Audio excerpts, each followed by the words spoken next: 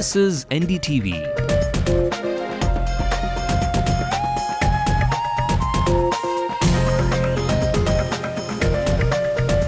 And you're watching NDTV Hindu.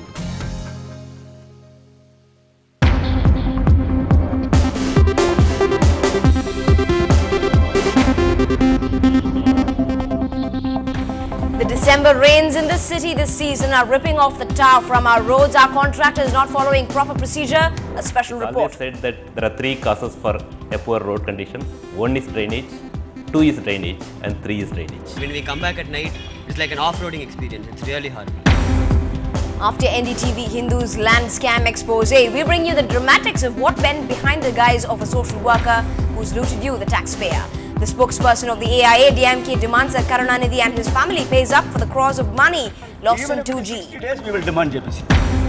The showers are to continue for the rest of the city and the coastal regions in the next 24 hours. State government to meet in an emergency meeting. Security forces take positions ahead of the Babri Masjid demolition's anniversary. Passengers are urged to be on an alert. And skipper Gauti Gambhir scores another ton against New Zealand, taking the men in blue to a 3-0 lead in the 5-match ODI. Biggest strength, I think, is the youngsters, the youth of this team. Actually, it's this team has been developing from some time now. Welcome to the news tonight on NDTV Hindu. I'm Evelyn Matthew. Let's also bring you the national stories tonight. The visiting French president reiterates his support for a permanent UN Security Council seat for India. A probe begins after a group calling itself the Pak Cyber Army defaces the CBI's website. It's still not back online. Why should the government regulate anything in an era of deregulation? Vijay Mallya takes on Praful Patel on the airfare hike. In Srinagar, protesters set a school bus on fire to enforce a separatist strike. And MSD and Johnny gel away as they style each other a cool hairdo.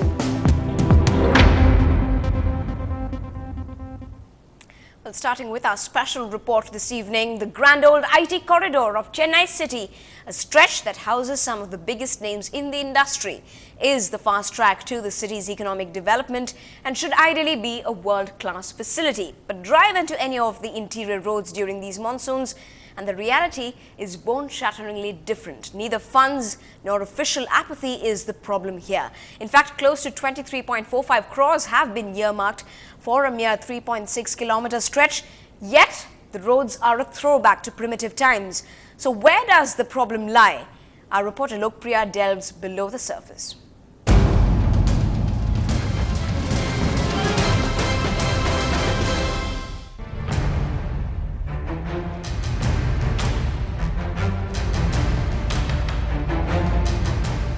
Is it poor designing parameters or is it deficient planning and worse supervision of a stretch that is used by thousands of people? As we race towards the second decade of the 21st century with globally proven skills in science, technology and IT, why are our roads so image-shatteringly poor? Let's ask the experts. Road construction is not a rocket science. It needs simple common sense. So what is needed here is that every road needs a drainage. It's always said that there are three causes for a poor road condition. One is drainage, two is drainage, and three is drainage. Quality of the roads tell about the culture of the people. So when you do not have any priority for the roads, this is what happens. But if the engineers can be made aware of what is right and what is wrong, and what should be done and what should not be done, perhaps we can do better works. I know that Tamil Nadu has got a very good qualified engineers, but unfortunately, their expertise and competence is not made use of in road construction. What is aggravating to commuters is the fact that the condition of these roads was just about the same months ago. It has only worsened with time. Road users say their nerves are stretched after using the roads. It's a really nightmare experience for us every day. When we come back at night, it's like an off-roading experience. It's really horrible. எங்களுக்கு foreign clients வந்து every 3 monthsக்கு ஒரு தடவை visit பண்ணுறாங்க யூஎஸ்லேருந்து. அவங்க வந்து ரொம்ப பேடாக feel பண்ணுவாங்க. இந்த மாதிரி கஸ்டமர் தான் திருப்பி வரவே மாட்டாங்க.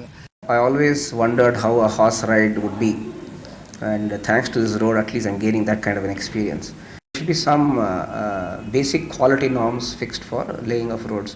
If the tidal park and that Rajiv Gandhi Saleh can be in such a wonderful condition, it means we know how to do it. We need to replicate that. I'm not talking about the funds, I'm talking about the quality, and if you have the same quality of inputs in all the roads, then I think the problem is solved. So we need to come to terms with that we're not able to live up to the expectations of our own quality standards, and we must do so.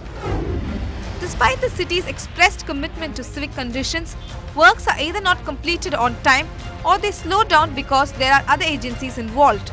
Perangudi Panchayat officials, who are responsible for a portion of the roads, conveniently blame it all on the stormwater drain construction. The Taramani Link Road, where I am now, is a short stretch, but as you can see, it's the most difficult to drive along. Set to become a 6-lane route, this facility is almost going to miss its deadline in January 2011, with only less than 25% of the work completed. Meanwhile, even as the northeast monsoon is upon us, a portion of the stretch remains unusable because of road widening work. The narrow, ill-equipped 2-lane road is unable to accommodate the heavy flow of traffic. Along the same road, the Public Works Department is constructing a canal that would carry excess rainwater to the Buckingham Canal under the Jawaharlal Nehru National Urban Renewal Mission. This appears to have impacted upon the workflow of the State Highways Department. The macro drain இந்த மாதிரி இதெல்லாம் டெவலப்மெண்ட்ஸ்லாம் வந்தனால அதுவும் incorporate அதை admit பண்ண வேண்டியிருக்கு within the highways land. Okay sir. அதனால கொஞ்சம் டிலே ஆகுது. பட் 31/12/2011ல முடிக்கிற மாதிரி இது பண்ணிருக்கோம். மழைனால தான் இப்ப டிலே ஆகுது. இப்ப மழை முடிஞ்சதுன்னா by January குள்ள bituminous surface complete போட்டுருவோம். While road experts say the basic problem is the lack of quality roads and an ill-equipped drainage facility, commuters have a hard day even before they reach their places of work in the IT corridor. என்ன madam பண்ணது? தொழில விட்டு இறங்கலாம் தான் பாக்குறேன். இது போல ரோடா இருந்தா வர டிரைவரோட வர மாட்டாங்க வேலைக்கு. Forbes magazine may have listed Chennai as one of the world's fastest growing cities, but given its terrible road conditions, the city won't win any prizes even in the moderately good category unless the authorities address the woes quickly and effectively. In Chennai, Lokpriya, NDTV Hindu. And Dr. Veera Raghavan, professor with the Civil Engineering Department at the IIT Madras, joined us with what he thought was the real problem and how we could figure which was a good road. The basic reason for bad road is, I can say that there are 3 reasons. 1 is drainage, 2 is drainage, and 3 is drainage. Unless we improve the drainage, no road can last, whether it is flexible or it can be a rigid pavement. Number 2, every road should have a good profile, a good camber to drain off the water. Number 3, the surface has to be prepared. All potholes should be patched, cracks should be sealed, and all utility lines should be properly patched before you decide what is the treatment that it has to be provided. A good road, according to me, should last without a major maintenance, for anywhere between 5 to 8 years. But unfortunately, that's not happening. Why it is not happening is that we are not doing the right treatment to the right pavement at the right time. A right pavement, in the sense, we need a good road information system. Maybe that corporation can think of a geographic based road information system wherein they will be able to see the quality of different roads every year. Then we need to evaluate the pavement, decide what is the maintenance treatment that need to be provided, and more importantly, any bituminous road, when you want to lay, the temperature plays a very important role. The mix should be heated to around 150 to 170 degrees centigrade. At the time of laying, it should be at least 150 degrees centigrade, and all the rolling should be completed before the temperature falls below 100 degrees centigrade. This is not happening. That is one of the reasons why the road condition is bad. Well, moving on, further probe by NDTV Hindu into the controversial allotment of flats and plots by the Tamil Nadu Housing Board reveals blatant violations.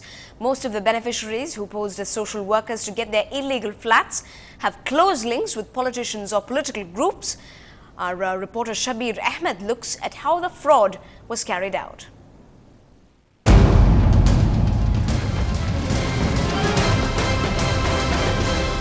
The biggest loot in the name of social service seems to be the mother of all scams uncovered in Tamil Nadu. Carefully scripted by a few politicians, and executed by the TNHB. The housing fraud has tarnished the image of genuine social workers. Here are a few examples of how the fake ones got their illegal allotments. Tamil Nadu Agriculture Minister Veerapandi Armugam's daughter-in-law Brinda Chelian and granddaughter Surya got flats worth 18 lakh rupees based on this certificate, which the Salem Tahsildar is not authorized to issue. They also say they don't own a house, a requirement for the allotment, but they have declared about 22,000 rupees as income from house property in tax documents. Not just that, the illegally allotted houses have also been rented, which is a violation of the terms. This place basically belongs to ministers. I guess all the flats will be allotted to ministers directly by CM. Buchi Murugan, the leader of Tamil Nadu Housing Board Progressive Union, gets a plot worth over 58 lakh rupees at this prime location in Thiruvanmiyur under the social worker category. Buchi Murugan has already been allotted a flat in Foreshore Estate. Nityanandan, an assistant PRO in Directorate of Information and Public Relations, was allotted a plot in Thiruvanmiyur worth nearly 51 lakh rupees in April 2008. The EMI for this is 76,500 rupees. El Ganesan, a former MDMK MP, now with the DMK, was allotted a plot worth approximately 80 lakh rupees in 2008. He claims he does not own a home, but his assets declared to the Election Commission shows he is the owner of a house worth 12 lakh rupees. He too claims that he is a social worker. Well, one thing appears to be very clear. These so-called social workers have been allotted land in prime areas not because they are social workers, but because of the close proximity to their political masters. As corruption seems to be the major poll plank for the opposition parties in the 2011 assembly elections and social activists demanding action, the ruling party cannot afford to remain silent for long. In Chennai, Shabir Ahmed for NDTV Hindu. Well, quite some revelation there. Now, just 3 days after NDTV Hindu reported the shocking story of a few Thai massage therapists being forced to suffer sexual harassment at a top salon in the city, the managers of the spa have now attempted to clear the air. They've now accused the Thai nationals of making false allegations to defame the salon and get a settlement larger than their due. The police say the case ended in compromise and the Thai girls settled their due.